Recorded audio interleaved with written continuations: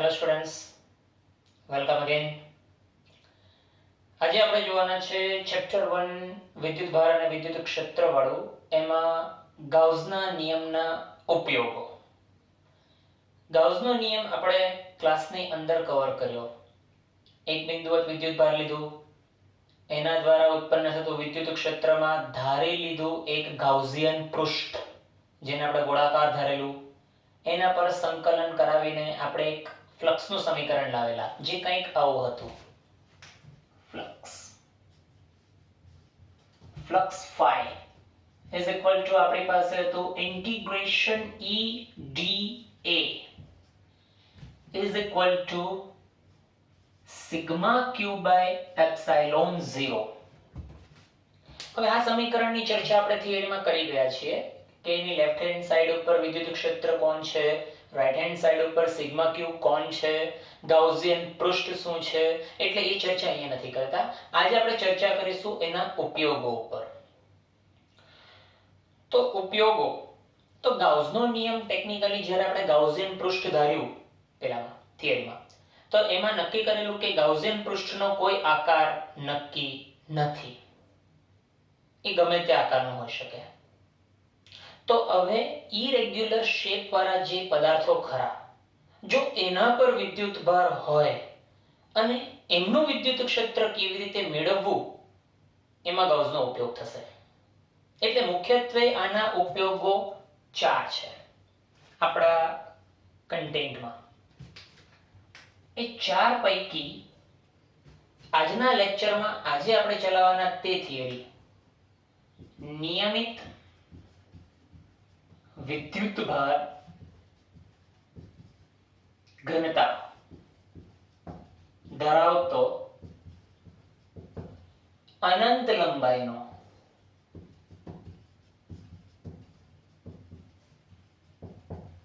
સળિયાનો વિદ્યુત ક્ષેત્ર.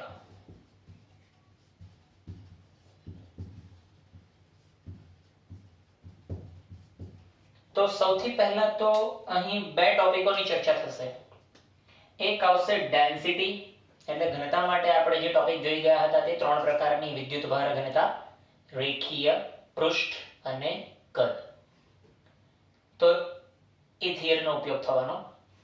બીજું અહીં લખેલું છે તે અનુસાર અનંત, ઇન્ફાઇનાઇટ લેન્થ થિયરી ચલાવો એટલે એની ડિટેલમાં જાઓ. અનંત લંબાઈનો સળિયો અને એનું વિદ્યુત ક્ષેત્ર. થઈ ગયું કામ આપણું ચાલુ? બરાબર. પણ પહેલા ટોપિકને ડિસ્કસ કરી લઈએ કે આપણે કઈ ટોટલ મોટી 4 થિયરી જોવાના છે, જેમાંની આ આજે પહેલી છે. તો બીજી થિયરી જે આવશે આપણા બીજા લેક્ચરમાં, એ આવવાની સિમિલરલી કે નિયમિત વિદ્યુત ભાર ઘનતા બધું જ આવશે. એટલે કે ફરી વાર રિટર્ન નથી કરતો, સમજી લઈશું. અનંત લંબાઈની જગ્યાએ લખીશું હવે અનંત પરિમાણ વાળા પૃષ્ઠ. અનંત પરિમાણનું પૃષ્ઠ. પૃષ્ઠ એટલે આપણે, જો તમે થોડુંક યાદ હોય તો આપણે આ રીતે કોઈ પૃષ્ઠ દોરતા હતા ને અને મેં બાજુઓ દોરી, મતલબ આ ચોરસ છે કે લંબચોરસ છે કે ગમે તે છે, પણ એને પરિમાણ છે. તો અનંત શબ્દ જ્યારે વાપરીએ એટલે કે એની લિમિટ જ કોઈ નથી. તો એવા સમતલનું વિદ્યુત ક્ષેત્ર, તો કે અનંત પરિમાણ વાળા પૃષ્ઠ નું વિદ્યુત ક્ષેત્ર. તો આ ટોપિક આપણે આમાં જોઈશું. સેકન્ડ. થર્ડ જે આવવાની એ આવવાની કવચ. હવે કવચ કોને કહેવાય? તો કે ફૂટબોલ સમજો કે ફૂટબોલમાં અંદરની સાઈડે પોલું, ફૂટબોલનું જે લેયર જે હોય તે, અને ફૂટબોલની બહારના એરિયા, જેમાં બંને બાજુ એટલે અંદર અને બહાર હવા, વાયુ અને લેયર છે, તો એને કવચ કહેવાય. તો એટલે કવચના 3 ભાગ પડવાના.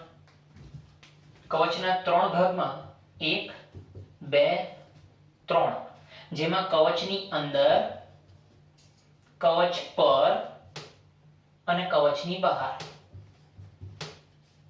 એટલે એની પેટા 3 થિયરી થવાની અંદર. કવચ ચાલુ થાય એટલે કવચની પાછી અંદર 3 સેગમેન્ટ. અને અંતિમ જે છેલ્લા બચશે એ હશે નક્કર ગોળો. નક્કર ગોળો એટલે ક્રિકેટનો સીઝન દડો સમજો, જેમાં અંદરની સાઈડે પણ મટીરીયલ છે અને એની આઉટર સરફેસ છે પણ બહાર હવા છે. તો એનો મતલબ આના પણ 3 ટુકડા પડવાના, અંદર, બહાર અને પર. હા, એટલે એના પણ 3 ટુકડા, અંદર, એના પર અને એની બહાર. આ 4 થિયરીનો અંત થાય એટલે આપણી પહેલા ચેપ્ટરની થિયરી બધી પૂરી. બરાબર? હવે આ 4 મેઇન આપણા માટે કામ બચેલા છે. આ લેક્ચરમાં આને બતાવું છું. ઓકે? અને જેમ જેમ પેલી આવશે એટલે ડિટેલમાં જઈશું આપણે. ચાલો, તો હું જરા બોર્ડ સાફ કરી દઉં. ઓકે? ઓકે, તો સર્વપ્રથમ આપણે અહીં ડ્રોઈંગ કરીશું. અનંત લંબાઈનો સળિયો કીધો છે તો અનંત લંબાઈનો સળિયો.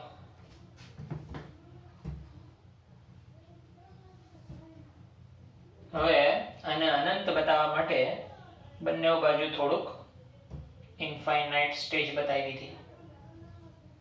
Okay, confirm. હવે છે અનંત લંબાઈનો એટલે લંબાઈ લખવાનો અત્યારે કોઈ મીનિંગ નથી, પણ વિદ્યુત ભાર શબ્દ વાપર્યો છે એટલે કે એને વિદ્યુત ભારિત કરવો પડે.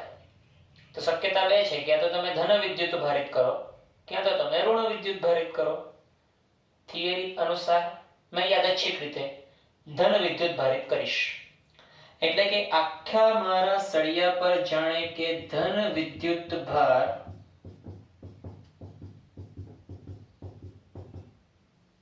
યુનિફોર્મલી ડિસ્ટ્રીબ્યુટેડ એટલે કે સરખી રીતે વિતરિત કર્યો છે. થઈ ગયો. એનું પ્રમાણ પણ નક્કી નથી, કારણ કે સળિયો અનંત છે એટલે વિદ્યુત ભાર પણ અનંત જ રહેવાનો. એટલે જે કન્સેપ્ટ આવવાનો એ ડેન્સિટીનો કન્સેપ્ટ આવવાનો, ઘનતાનો કન્સેપ્ટ, કે લંબાઈના સ્વરૂપમાં છે એટલે રેખીય ઘનતા આવવાની, અને રેખીય ઘનતા આપણે લેમ્ડા તરીકે લેતા હતા. જરૂરત પડશે એટલે એ વસ્તુને ઇન્ટ્રોડ્યુસ કરીશું. પણ હવે અહીંયા અટકી ગયા, આપણને બીજું કોઈ ખબર નહીં મળે કે આગળ શું કરવાનું. વિદ્યુત ક્ષેત્ર શોધવાનું, બરાબર છે? ગાઉસ. ગાઉસના નિયમમાં આપણે એક ગાઉસિયન પૃષ્ઠ ધારેલું. આજે આને આપણે એક ગાઉસિયન પૃષ્ઠ ધારવું પડશે, અને આ આકારની સમમિતિ પરથી એવું ધારો કે કદાચ આ ટ્યુબલાઇટ જેવી હોતે, તો ટ્યુબલાઇટ નળાકાર જો વિચારો તો એમાંથી નીકળતા તીર બધી બાજુ જાણે કે નળાકાર સ્વરૂપનું ગાઉસિયન પૃષ્ઠ બનાવતે. નળાકાર સ્વરૂપ. કલ્પના કરો કે અહીંથી બધા જે તીર નીકળતા છે વિદ્યુત ક્ષેત્રના, એ ખાલી બોર્ડ ઉપર અને નીચે તરફ નથી, એ 3D માં જાણે કે નળાકાર ફોર્મેટ કરતા હોય એવી રીતે. બરાબર? તો મેં એક ગાઉસિયન પૃષ્ઠ ધારું છું, જેને મેં નળાકાર સ્વરૂપ લઈશ.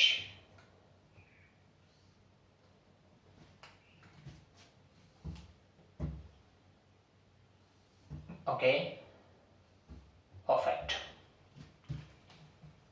અહીં મેં ધારેલું નળાકાર પૃષ્ઠ એ આ ત્રિજ્યાનું છે, એટલે કે એ ત્રિજ્યાને નામ આપી દઉં મેં R. અને વિદ્યુત ક્ષેત્રના સદિશ અનુસાર મેં એને r કેપ પણ કહી શકું છું.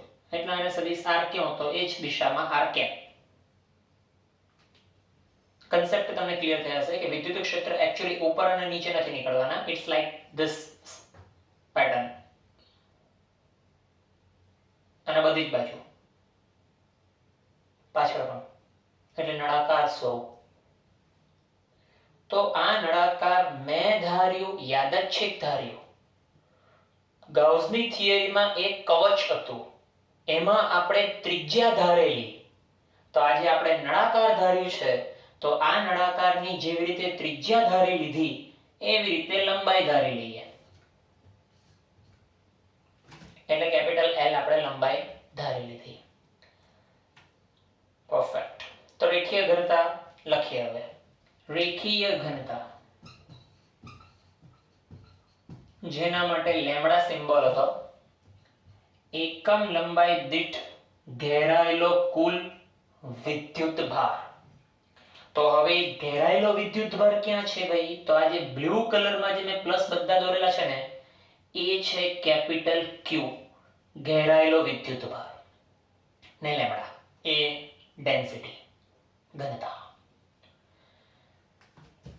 તો યાદ હોય તો ગાઉસની થિયરીમાં આપણે ગોળા પર એક નાનું ચોરસ સૂક્ષ્મ ખંડ ધારેલું, મેં એને પેલું તરબૂચના ઉદાહરણથી સમજાવેલું, તરબૂચને કાપે તેવું સૂક્ષ્મ ખંડ. તો એ વસ્તુ અહીં ડ્રોઈંગ થાય, સપાટી તો છે જ.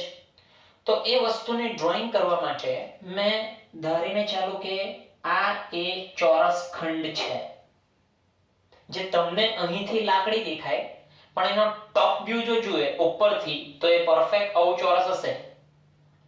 એટલે મેં પેલું તરબૂચનું ઉદાહરણ આપેલું, તરબૂચવાળા કાપે તો સાઈડ પરથી જો જોઈએ તો એક કાપ જ દેખાય, પણ ઉપરથી જો જોઈએ તો પરફેક્ટ ચોરસ પેલું દેખાય ત્યાં. એટલે આ સ્ક્વેર છે. તો આનો ક્ષેત્રફળ સદિશ ખરો તે સપાટીને લંબ હોવાનો, એટલે આને મેં નામ આપી શકું dA સદિશ. તો આ ખંડ આખી સપાટી પર તો હશે આ ટાઈપનો, પણ વધુમાં એક સર્કલ, જેને કહેવાય કે નળાકારનું ઢાંકણું એક્સ્ટ્રા છે સપાટી, તો એના ઉપર પણ મેં આ સ્ક્વેર ઓ પરફેક્ટ ધારું. એટલે કે આ સાઈડે આ જો ઢાંકણું જો તે આ મારું આ બોલપેન ગણી લો. તો આ બોલપેનની સપાટી કેટલી છે? એક છે વક્ર સપાટી, એક છે આ ઢાંકણું એટલે કે લોક થયેલું સર્કલ, એક છે આ બાજુનું લોક થયેલું સર્કલ. 3 સપાટી થઈ. આ બાજુનું સર્કલ અને વક્ર સપાટી. ક્લિયર? એટલે મેં પહેલા ધારી લીધું વક્ર સપાટી પર એક સૂક્ષ્મ ખંડ. હવે આ સાઈડ ઉપર મેં ધારું છું એક સૂક્ષ્મ ખંડ જે છે dA. તો સિમિલરલી પેલી બાજુની સપાટી, એટલે આને ડ્રોઈંગ જે કરીએ છીએ ને તેમાં જાણે કે પાછળની સપાટી નથી દેખાતી તેવું આવું ડેશ, એના ઉપર આપણે ધારી લઈએ એક સૂક્ષ્મ ખંડ, અને એ સૂક્ષ્મ ખંડમાંથી ક્ષેત્રફળ સદિશ dA. હવે ઘણા બધાને ક્ષેત્રફળ સદિશ થોડું યાદ નહીં હોય તો તેને યાદ કરાવીએ પાછું. જો આપણે પૃષ્ઠ ધાર્યું હોય એને 90 ડિગ્રી હોય ક્ષેત્રફળ સદિશ, એટલે જો સદિશ આમ હોય તો dA, આજે અત્યારે દોરેલું તે, અને આ બાજુની વાત કરું તો આમ, અને આ ઉપર. ઓકે, ક્ષેત્રફળ સદિશ. તો પરફેક્ટ. તો તમે 3 જાતના ખંડ વિચારી લીધા, સપાટી 1, સપાટી 2, સપાટી 3. તો ત્રણેયના નામ પણ આપી દઉં. આ સપાટીને નામ આપું સપાટી 1, આ વક્રને નામ આપું સપાટી 2, અને એવી રીતે આને નામ આપું સપાટી 3. થઈ ગયું? હવે ગાઉસના નિયમમાં હજુ એક વસ્તુ બાકી રહી ગઈ, જે છે સદિશ E. તો સદિશ E કઈ ડાયરેક્શનમાં હશે ભાઈ? તો કે પ્લસ છે એટલે બહાર નીકળતી દિશા વિચારવી આપણે. તો ચલો એને વિચારી લઈએ. તો અહીં બહાર નીકળતી દિશા મેં આમ ધારી લઉં, જે સદિશ E છે, ને એક્ચ્યુઅલી આ બોલપેનની જેમ એ બધી જ દિશાઓમાં આ રીતે નીકળવાની છે. તો સિમિલરલી અહીંયા પણ એવું જ હશે, બધી જ દિશાઓમાં આમ રીતે નીકળશે. તો મેં વિદ્યુત ક્ષેત્રનો સદિશ આ દિશામાં ધારી શકું છું. સિમિલરલી અહીંયા પણ વિદ્યુત ક્ષેત્રનો સદિશ ધારી શકું છું. ઓકે, તો મેં રિપ્રેઝન્ટ કરવા માટે ખાલી 3 લખ્યા છે. એક્ચ્યુઅલી જોવા જઈએ તો બધા બહુ સદિશો છે, અને એની ડાયરેક્શન બધી આ રીતની છે. બરાબર? તો હવે મળતું કુલ ફ્લક્સ એ કેટલું? આ આકૃતિ અનુસાર મળતું કુલ ફ્લક્સ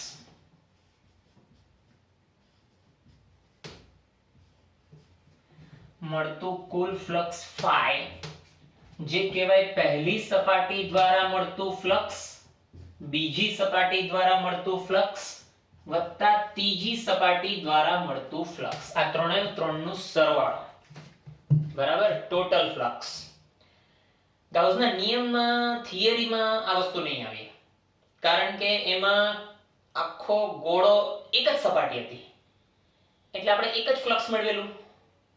પણ અહીંયા સપાટી 3 છે એટલે 3 ફ્લક્સ મેળવીશું અને એનો સરવાળો એ કુલ ફ્લક્સ.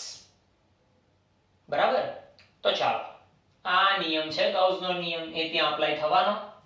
અહીંયા અપ્લાય થવાનો એટલે અહીંયા લખવાના સંકલન E dA સપાટી 1 માટે. બરાબર? બીજા બે માટે બી સેમ જ લખીએ. તો કે વત્તા ઇન્ટિગ્રેશન E dA સપાટી 2 માટે.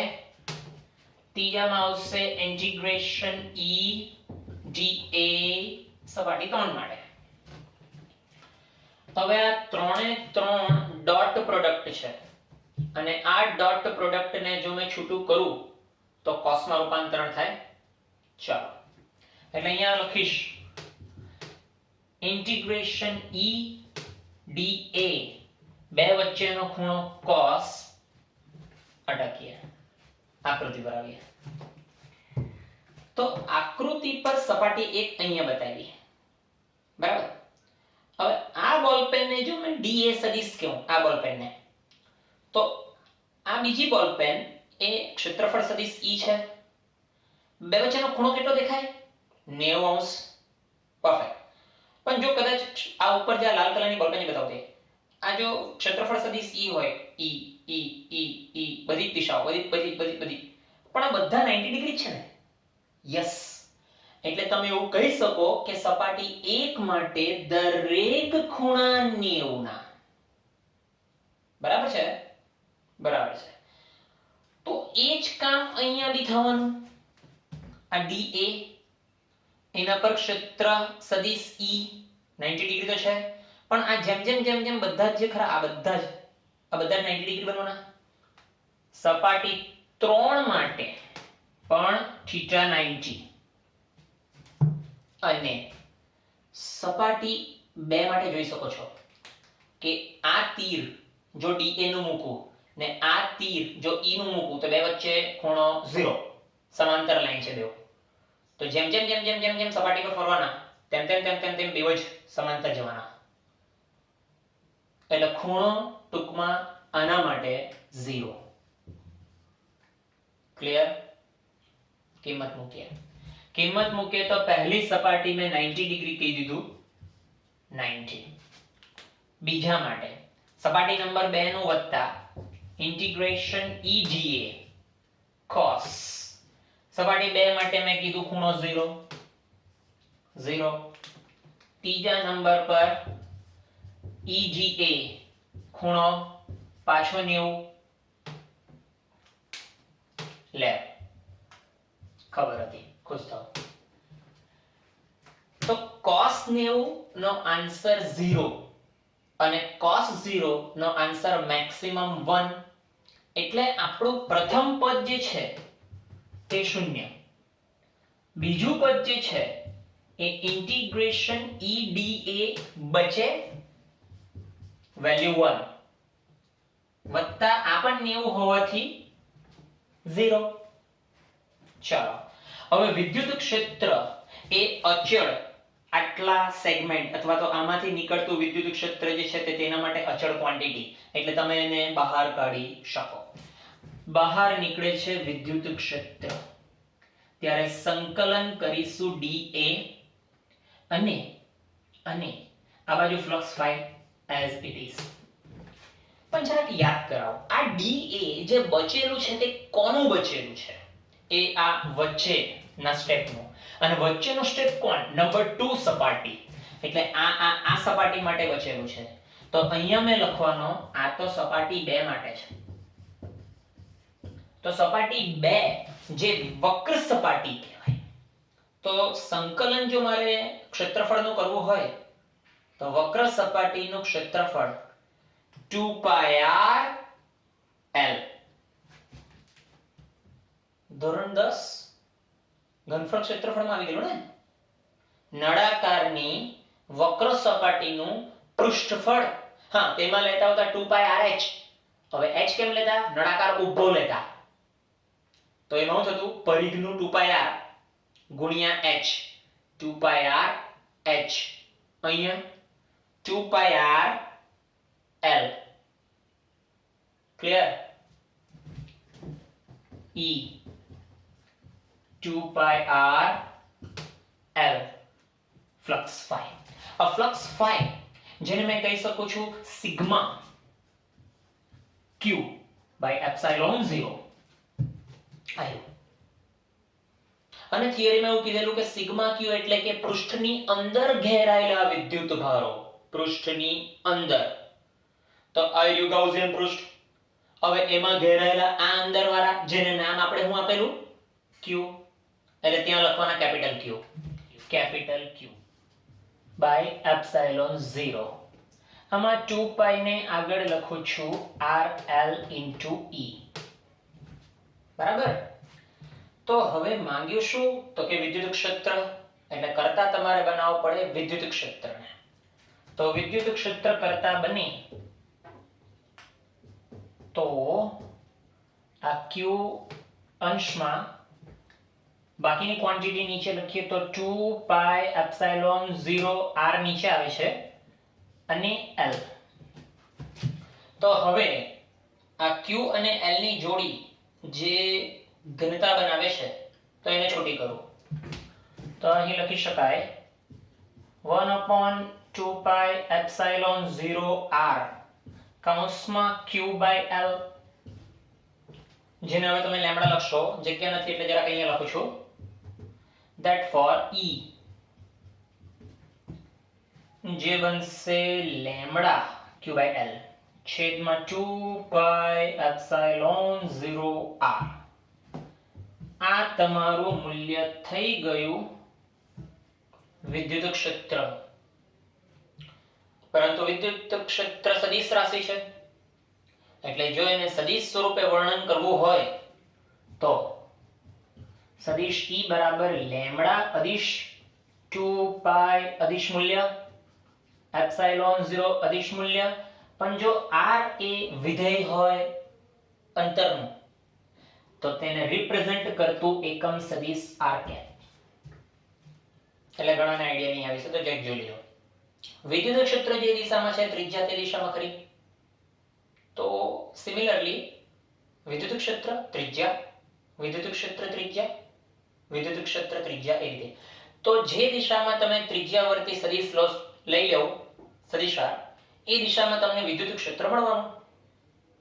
સો r કેપની દિશામાં છે. ઓકે, તો અહીં તમારી પહેલી થિયરી પૂરી થઈ 4 માંથી. ચાર ઉપયોગોમાંથી અનંત લંબાઈનો સળિયો. હવે સેકન્ડ થિયરી તમારી આવશે અનંત પરિમાણનું પૃષ્ઠ. જો શક્ય બને એટલું વહેલું અપલોડ કરીશ, પણ એકચ્યુઅલી ઇંગ્લિશ મીડિયમનું પણ લોડિંગ છે થોડુંક. મળીએ.